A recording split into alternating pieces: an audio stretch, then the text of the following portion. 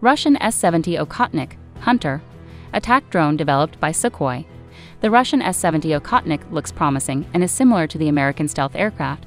The S-70 Okhotnik drone, developed by the Sukhoi Design Bureau, features stealth technology and a flying wing, without tail design, which reduces its radar detection.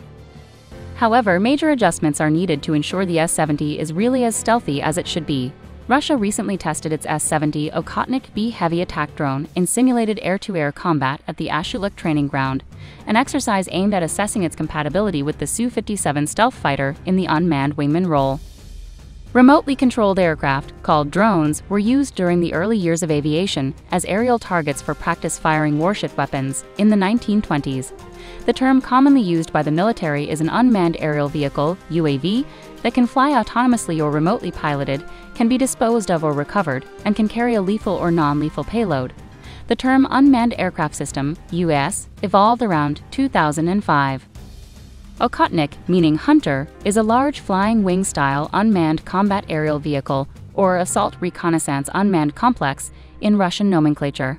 That means it is an observable drone that can launch lethal strikes as well as serve in surveillance and electronic warfare roles.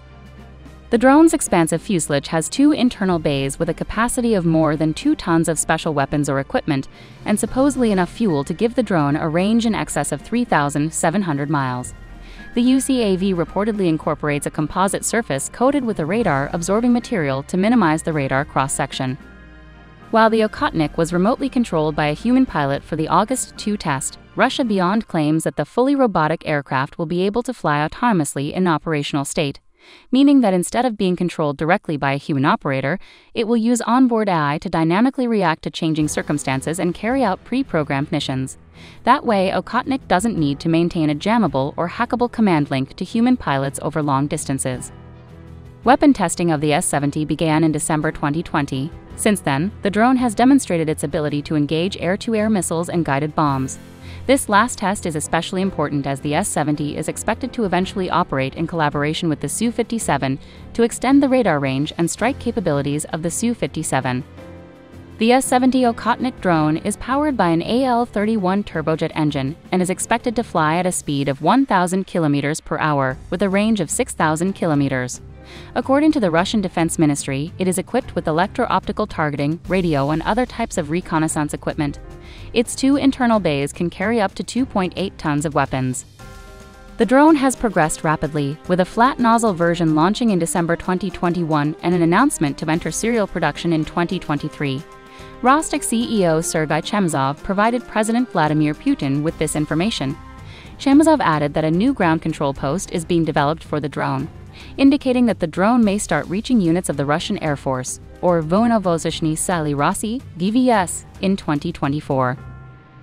According to open-source data, the drone has a takeoff weight of 20 tons and can develop a speed of around 1,000 km/h. Serial deliveries of drones to troops will start from 2024. Previously, the Okhotnik heavy attack drone made its debut flight on August 3, 2019. The flight lasted just over 20 minutes under operator control.